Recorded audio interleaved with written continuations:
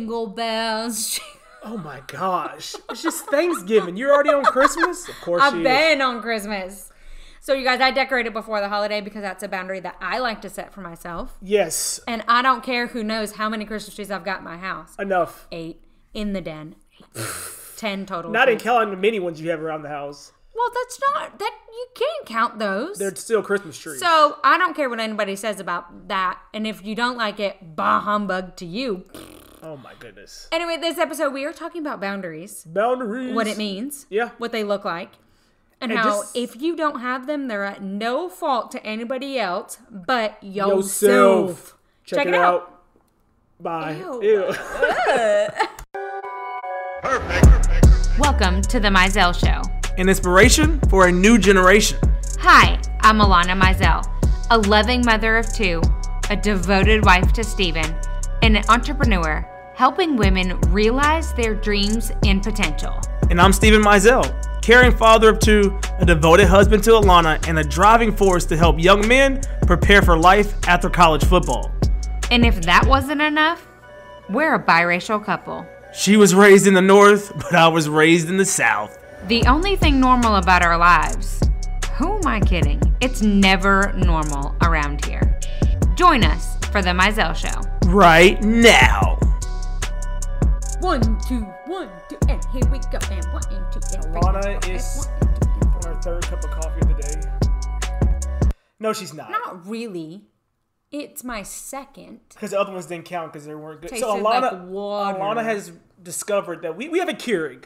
And we tried to be very green and cost effective. And buying coffee and packing it into the little reusable.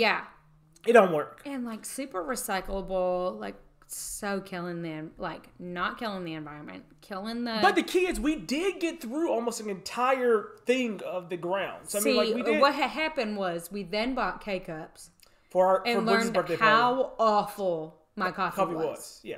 Well, I don't drink coffee, so I can't really co-sign with you on that. But and I love coffee.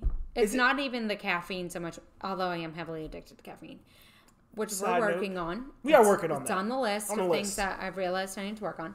Yes. But like I genuinely love a warm beverage, a cup of coffee. Yeah, you do. And that's something that I do appreciate us being able to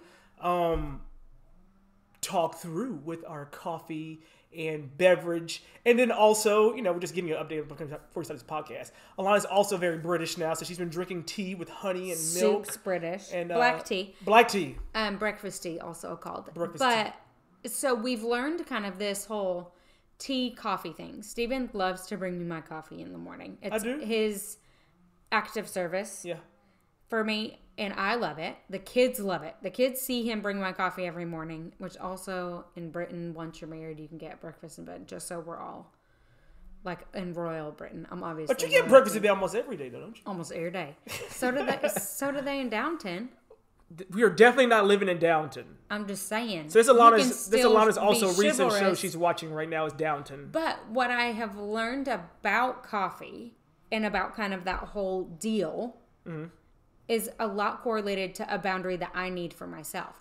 And that's really what we wanted to dig into today was we just finished Thanksgiving. Hope everybody had a good Thanksgiving. Hopefully you didn't need and shout out to the size up pants. The parents out there who traveled for the holidays. Bless! Because it's one of those things where you appreciate family, and everybody loves family. And then with the COVID and the restrictions, you weren't able to travel as much and maybe see family. But like when you are a unit, a family of 2, family of 3, family of 1, and you're traveling for the holidays and you're thinking through all of that, it's a lot. And then you add in small humans that can't speak for themselves. Yeah. Well, both of our kids can speak, but not really. Not really. It's not very intelligent sometimes. It's not. And so then like everything that they need. Yeah. But the kids now with Briggs just turning 3 and Adele 5, I did pack the car this time. I'm like, this car is looking lighter and lighter every trip because we don't need to take as much. So that comes with like our personal growth, realizing we don't need as much, neither do they. But also on this trip, so we drove, it was 6.5 hours. About 6.5 hours. On the way back, outside, it was a little bit less because somebody was driving the whole time, made it back a little faster. So we went to outside of Athens, Georgia, to see my sister. And this is something with the career change for both of us. We were actually able to do this. And we were talking through that we haven't taken a family Thanksgiving trip since Adele was like, what, 2? Since she was born. No. With Boston. How old was she with Boston? She was 8 months old. Since 8 months. Valid. Since Adele being 8 months, we haven't left the city for a holiday. Yeah. Not even Christmas. So right. Ooh. But so here's one thing that we learned kind of through COVID, through other times we had been places with family. Yeah. Is originally we were all supposed to stay in the house together. In one house. So let me just break that down for you. So our family is 4. Mm-hmm. The family we were going to is another 4. So that's 8 plus 3 is 11. 11 people, 4 of which were children.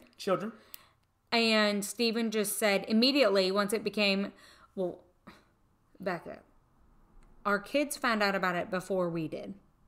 Because they were talking about it. The kids are talking, yeah. At Granny's house. And that's the thing, like, when you have kids talk. Once the kids have decided we're going, we're like, well, yeah, so they decided. But I'm grateful that Steven was like, I need to set this boundary for me and for himself. Yeah. And had us stay in a hotel. Yeah, and that's the thing about it, because, like, most people, boundaries with new girlfriends or boyfriends who are coming to visit or family, you want to be family, and you get it, and you never want to quote unquote let that cousin or family down, but you also have to set boundaries to make that time enjoyable.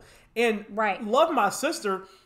They have a phenomenal house. The house, it's nothing to them. Yeah, and the house fits it. Yeah, we could have made it work. It could have been a very Home Alone-ish, showing our age, kind of situation in which everybody, like 5 of those. Everybody could have fit, but mentally. Yes. And for us to have the boundary set, we're like, yes, but we're going to go ahead and just get a hotel right down the street. Now, we knew from the jump that our kiddos would not want to stay with us, but we made preparation to do that. So, okay, let's pause for just a second. We keep using the word boundaries. What does that mean to you? To me, a boundary means protecting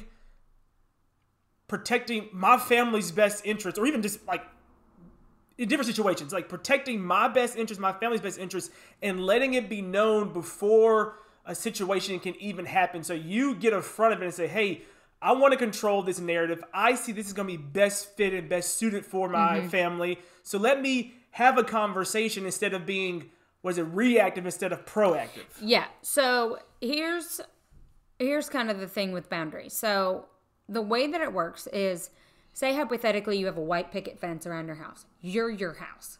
Yes. Right? Yeah. Mm-hmm. There's a gate. Yeah. That people can come in and out of. Yeah. As long as it doesn't have an alarm on it. Yeah. Right? Mm-hmm. The moment that you just do whatever anybody wants. The gate's and open. Don't think about yourself. The gate's not only open, they've now bulldozed through the front. Yeah. So many times with family, especially immediate family, and during the holidays, or you've just married in and you don't really know how to handle this, you just let these people come through the front and there's no more fence. No more fence. There's nothing wrong with the fence. And what does the fence do? It doesn't say no for sure. It just says, hey, let me talk through this fence. Let me see the fence. I can't just go through it. So if you think about, you're driving by this house and has a white picket fence. A white picket fence is about 1/3 of the way up the house. Mm-hmm. Not even. Mm-hmm. So you can still see 2/3 of it. Mm-hmm. So 2/3 of you is still exposed. Yeah. Still allowed to interact. Mm-hmm. But you're using that 1/3 of internal knowledge and mental health and knowing kind of the pros and cons of previous scenarios to kind of determine how much of that gate you are willing to open and how much of the time. Yeah. And so then you add in, you get more acreage. And then you have these other houses called your spouse, called your kids, those type things. Mm-hmm. You individually can handle a lot if it's just you. Yeah. And you're not having variables of other human beings. When you add in a spouse and then kids, it changes rapidly. Yeah. Because your role as an individual changes. You're no longer just a solo person. You're then concerned about the feelings and the emotions of your children and how people that don't interact with them on a daily basis are going to impact their emotional stability. Yeah. Then you add in lack of sleep for young people. Then you add in additional sugar for those young people. And then you add in the heightened sense of the holidays. Like, it's one thing for you to be planning a summer trip for a weekend, but when you bring the holidays and you bring the baggage, quote unquote, of the holiday traditions, and it's the holidays, and you have to do this, it's just a lot. And that's something that a lot of people might be listening to this, and some people might be about to experience their first Christmas with their spouse, or this might be the first time you're taking a family trip for Christmas. You have to have those conversations and set those boundaries on the front end. And I think the biggest thing that we have grown, so when you're dating and you're courting and then you get married, and then the kind of milestones you hit when it comes to testing those boundaries from the jump is, I think the biggest one is, of course, the wedding. You're like, all right, I'm going to test the boundaries from, like, when everybody coming in and this type of wedding, XYZ. Then the next big kind of gateway, I would say, is having kids. You have the whole boundary of the hospital and who's coming and what's going to happen. Then the next big boundary is, did you know that I sell makeup? Not only do I sell makeup, but the makeup that I sell is 3D makeup, which allows you to highlight and contour your face in a super simple compact. As a mom, I could not survive without my simplified routine. Not only that, but it's exactly what you need. Exactly when you need it, all in one spot.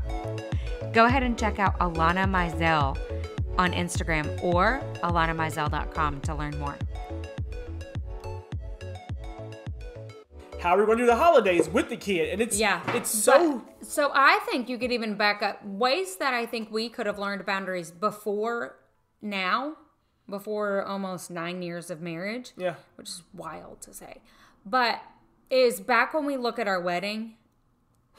The gate was wide open. There were no boundaries. There were no boundaries. Not a single flipping boundary happening. And the key is, if you don't set the boundaries, then you get the explosion of a non-bound. Not to say... Well, and then people just think that you're going to do whatever for them. Yeah. Mm-hmm. And like, okay, so hypothetically speaking, we have a couple of friends that I feel like between Thanksgiving and Christmas go to at least 12 different spots. Yes, they do. Okay. For me, personally, and each person is different, boundary number one, once you get married, that I would suggest you set is determining which Thanksgivings and which Christmases you want to attend as a unit. Yeah. Whether that be you go to one family's Thanksgiving this year and you switch and go to the other ones next year, or you decide that you're going to do it at your house. One thing that Steven and I did early on in our marriage that made us kind of feel more in control of our Christmas was that we had a friend's Christmas. So kind of like a Friendsgiving, but we did it in between the two holidays. And for me, that made me feel like I was more in control of what was happening. Yeah. But there's so many times that some of our friends are like, well, then we got to go to them. We got to go. The we got to go is that you're saying to yourself and to your spouse, shoulda. If I wasn't there, I shoulda, blah, blah, blah. And then you're not even happy while you're there. No, you're not there. So then your friends and family aren't even getting the best of you because you're completely distracted, exhausted. That is not what the holidays are about. It's not what it's about. And again, it's also about communicating early. Like when you leave the quote unquote nest, and that's even with a longtime girlfriend, boyfriend, whatever you want to call it. Even when you go to college. Yeah. Like that's like there are unmarried single people that have yet to set boundaries for their own mental health in correlation to family events. Yeah. Like, just because the family wants to go get a Christmas tree all together and everybody cut it down, and that is the bane of your existence, it's just not something you like to do. Being in that environment gives you anxiety. It makes you stressed out, makes you worried. Then you've got to go put the Christmas tree up. Maybe it fits, maybe it doesn't. Like, if that is a trigger point for you, for me, I love that stuff. Yeah. Love it. Love it. But some people don't like it. Some people hate it. And here's an example. Hey, guys, you go do the tree. I'll bake some cookies so when you get back home, cookies are ready. Right. And so now you have time by yourself. I'd love to be here organizing the ornaments. That's a way to set a boundary for yourself And you're still acknowledging it's important to them. Right. You're like, hey, I know you guys love this, but I'm going to do this. Yes. And when you guys get back, the ornaments will be laid out or there'll be fresh cookies and we can enjoy it. And guess what? That also gives you some time by yourself while the family's out doing X, Y, Z. Yes. And that was a great example of something that Steven and I did this past trip, is that they wanted to go get the Christmas tree.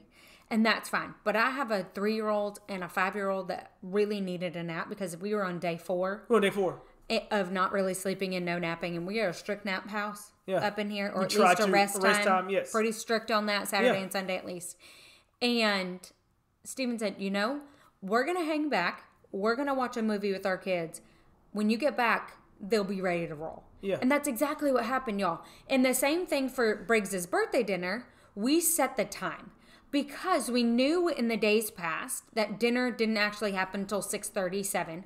My kids eat dinner at 4:30 in the afternoon. And again, also, it's a tweak of an hour difference of time. So our kids are all thrown off with times of looking at the, and we are in later. Eastern time zone. We live in Central time zone.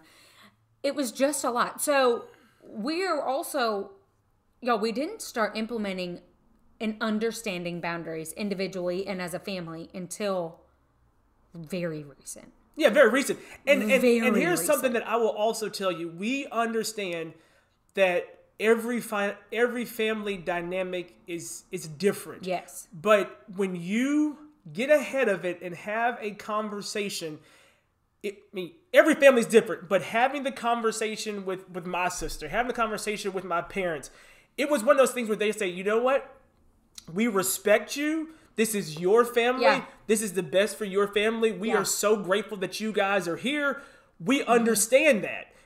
But I know we understand that some families might give you a hard time or might poke fun at you. But at the end of the day, you have to get ahead because we weren't always like this. We were a couple times gate flinging open, but we noticed interactions where, hey, we need to have the conversation like, hey, this is what we need as a unit.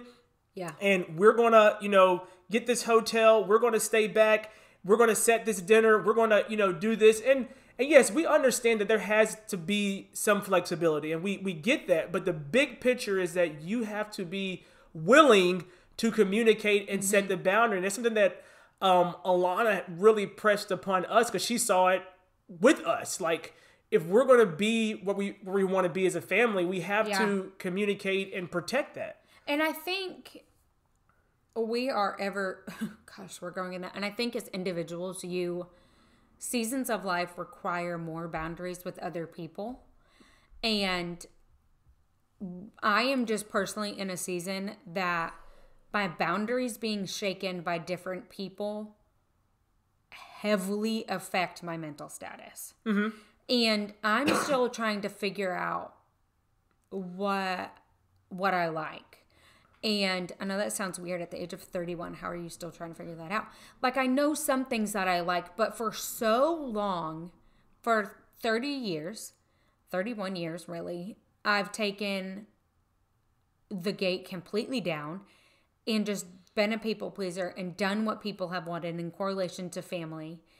Or I've been the total opposite and done nothing of what family wanted. Mm-hmm. So still had no retrospect of what I needed personally. Mm.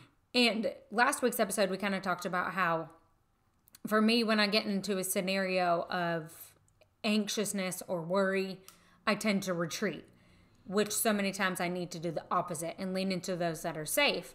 Well, I'm still trying to figure out who on earth is safe. Yeah. Like, I know Steven is safe. That's not going to backfire. It may hurt sometimes. Mm-hmm. Like, to be in a relationship with a person, a human being, and expect them to never hurt you sometimes is just not rational. Yeah. But that doesn't make Steven less safe. Mm-hmm. That's different.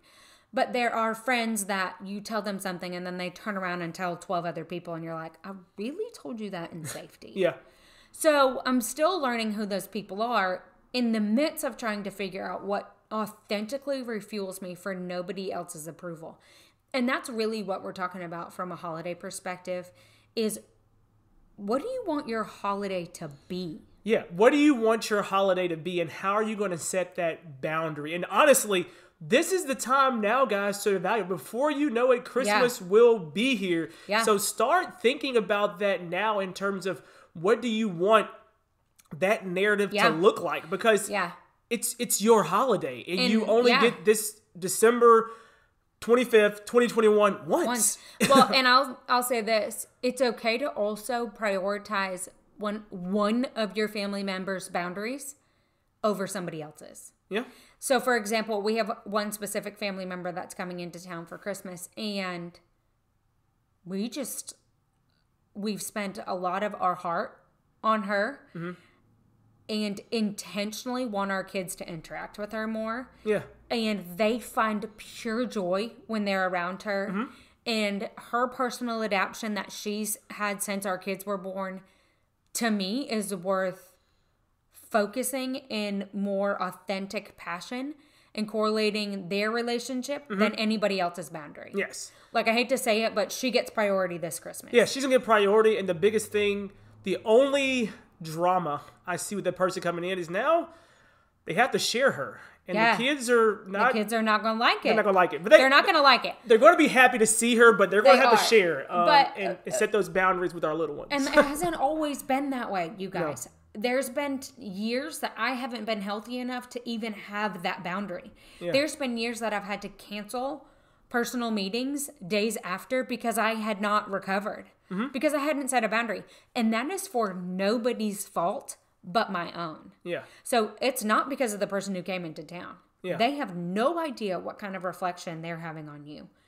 No, Steven's parents and sister had no idea what sort of impact they could or could not have on us and our family, because without expressing feelings back to them and vice versa, you're not having a conversation. You're not having a relationship. Yeah. You're allowing somebody else to dictate your outcome, and they think everything's hunky-dory, and then it backfires in their face. Does this not sound like divorce to you? Somebody who's silent through the entire marriage and then all of a sudden cheats on somebody, and they're like, well, you weren't loving on me the way I needed to. No crap, but you never told me. Never told me. Exactly. But you guys, that's relationships, and you're working with humans. So unless you articulate a boundary, you don't have to be like, this is the boundary that I need. No, it's saying, let me hang back and make hot chocolate and cookies and set out the ornaments while y'all go get the tree. Yeah. It's understanding yourself well enough to be like, hey, I'm going to go read for about 2 hours because I need a full 2 hours to reset my brain so I can come back as my most pure and authentic self. And enjoy the time that we have together. No, I completely agree with that. So, we had a great Thanksgiving. We are still recovering from Thanksgiving in terms of the travel and just what comes with travel and all of that. But we want to give you guys a little bit of insight on boundaries as you guys gear up for the next big holiday in Christmas. Yeah. I hope that everybody had a fantastic Thanksgiving. Through my Instagram, I've been doing 30 days of thankfulness, and it's been great to see and actually think through my day in a little bit of a different manner. Like, what am I truly thankful for? Today, I was thankful for my anxiety and my depression, which a lot of people are like, you're thankful for that? Absolutely. I most certainly am, because we wouldn't have found Rachel. So many things wouldn't have happened in our lives had I not started to work on my anxiety and depression and proclaim that that's what I have. Yeah. And I think that there are components of anxiety, which is essentially trying to control an outcome, that we've got to reflect on, specifically in a holiday environment. And hopefully this podcast does nothing other than give you permission to think about that. And we appreciate you guys. Yeah. Have a good one. So if you guys are enjoying this, definitely leave us a review. Give us the feedback. If there's something you guys want us to talk about, reach out to us on our website at themizellshow.com. There is a contact section. You can put it in there. We would love to hear about it. Or you can always go over to Instagram at The Mizell Show. Also, as always, don't forget to screenshot this episode and just add it to your stories and tag us on Instagram, on Facebook at The Mizell Show. Thanks, guys. Are you loving The Mizell Show? Well, we love you all. And did you know that you can have me and Steven talk to your team or a group of 25 of your friends? All it takes is 25 people showing up on either a Zoom call, a Facebook Live, or really anywhere. Hopefully in person sooner rather than later. But how do you get us? So all you have to do is email themizellshow@gmail.com, or you can direct message us on Instagram at The Mizell Show.